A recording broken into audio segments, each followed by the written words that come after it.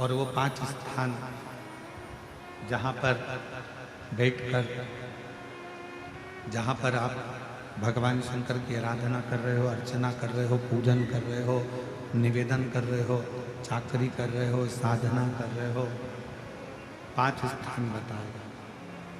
उन 5 स्थान पर भले 2 मिनट के लिए आप लोग रहें या 4 मिनट या 5 मिनट के लिए आप लोग रहें, और 4-5 मिनट के लिए भले आप रहें, पर उस 2-5 मिनट में भी आपका ध्यान कितना केंद्रित होना चाहिए वो स्थान बता, कितना केंद्रित होना चाहिए। पहला, जिस समय पर तुम्हें समय मिले, तुमको लगे कि अब मेरे को भगवान को दीप लगाना, दिया लगाना, 5 स्थान पर तुम्हारे ध्यान की केंद्रता होना चाहिए।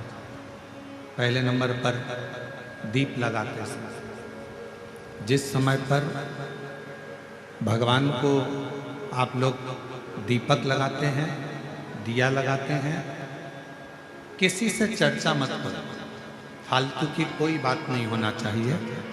दीप लगाना मतलब ज्योति को उत्पन्न करना, और ज्योति को उत्पन्न करना मतलब ज्योतिर्लिंग को प्रकट करना। दीप की जो ज्योति होती है, दीप की जो ज्योति प्रकट होती है, दीपक की जो ज्योति होती है, वो भी ज्योतिर्लिंग का ही प्रतीक होती है।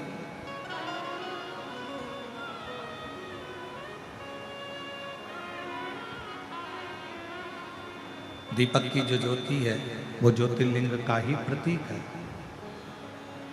ज्योतिर्लिंग का प्रतीक। इसलिए दीपक लगाते समय व्यर्थ की किसी से बात ना करी जाए। दीपक लगाते समय किसी से व्यर्थ की बात ना करते हुए, जिस दीपक को आप प्रज्वलित कर रहे हो, जिस दीपक को आप लगा रहे हो, आपका ध्यान उस शिव की ज्योति में केंद्रित होना चाहिए।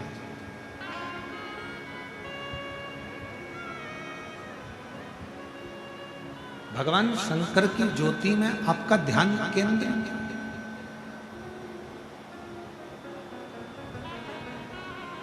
और शिव की ज्योति में जब आपका ध्यान केंद्रित होगा, भगवान शंकर की ज्योति में जब आपका ध्यान केंद्रित होगा, तब आप स्वयं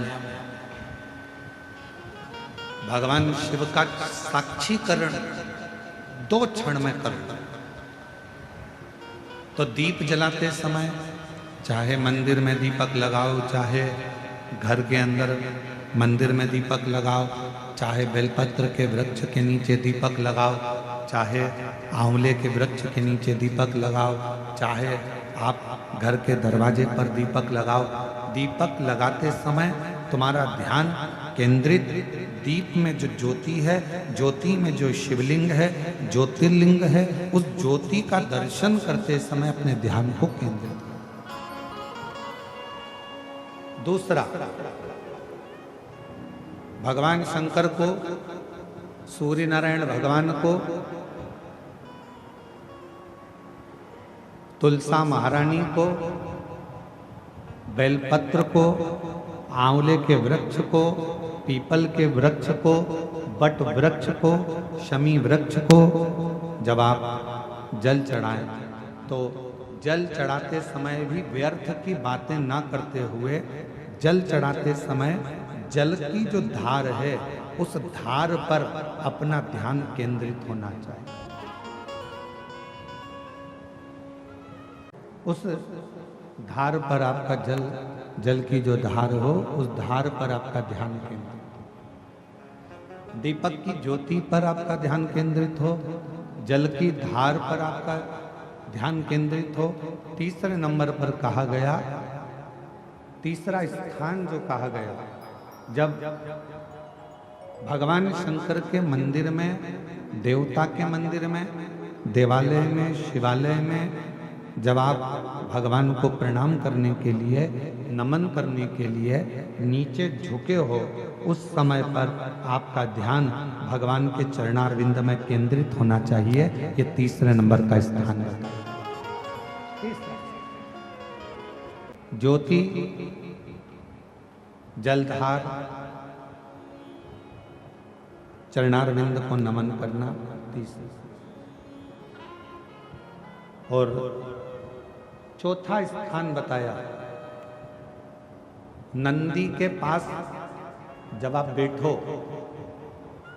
हमने पहले भी कथा में कहा, जब कोई बहुत ज़्यादा, बहुत बड़ा कोई तकलीफ, कोई कष्ट, कोई दुख, कोई परेशानी आपकी जिंदगी में यदि आ गई हो, तो नंदी के पास शंकर जी को जल चढ़ाने के बाद 2 मिनट, 2 क्षण, 1 मिनट, 5 मिनट, जितना मिल जाए, आधा मिनट, 1 सेकंड नंदी के पास बैठना चाहिए। नंदी के, और कौन सा स्थान बताया? तो कहा नंदो पांव, आगे का एक चरण नंदी का उठा हुआ रहता है। दर्शन करें आप लोगों ने, किस किस ने करें? जरा हाथ उठाओ, करें सब लोगों ने। नंदी का आगे का एक पांव उठा हुआ होता है। तो नंदी, जब तुम कोई विषम परिस्थिति में हो, बहुत टेंशन में हो, बहुत तकलीफ में हो, बहुत कष्ट में हो, और बहुत ज़्यादा कोई डिप्रेशन में हो, कोई चिंता में हो, कोई बात अगर तकलीफ की है, तो नंदी का जो पांव उठा हुआ रहता है, उस पांव के पास में थोड़ी देर, नंदी के साइड में थोड़ी देर, 1 सेकंड, आधा सेकंड, आधा मिनट, 1 मिनट, 2 मिनट, 5 मिनट, जितना आप बैठो, और थोड़ी देर बैठकर बाबा की ओर ध्यान को केंद्रित करो और अपने मन की बात कह दो। वो चौथा स्थान बताया, मन को केंद्रित करने। 5वां स्थान, जब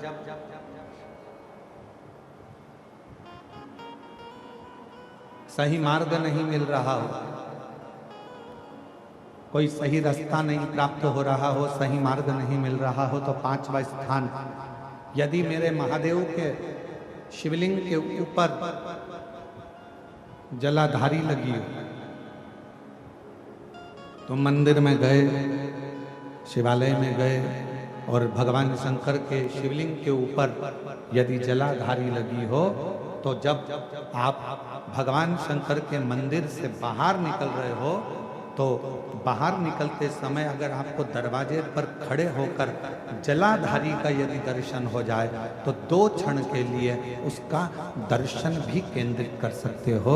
ये 5 स्थान ऐसे हैं जिन स्थान पर अपने भगवान के चरणारविंद को, भगवान के दर्शन को केंद्रित किया।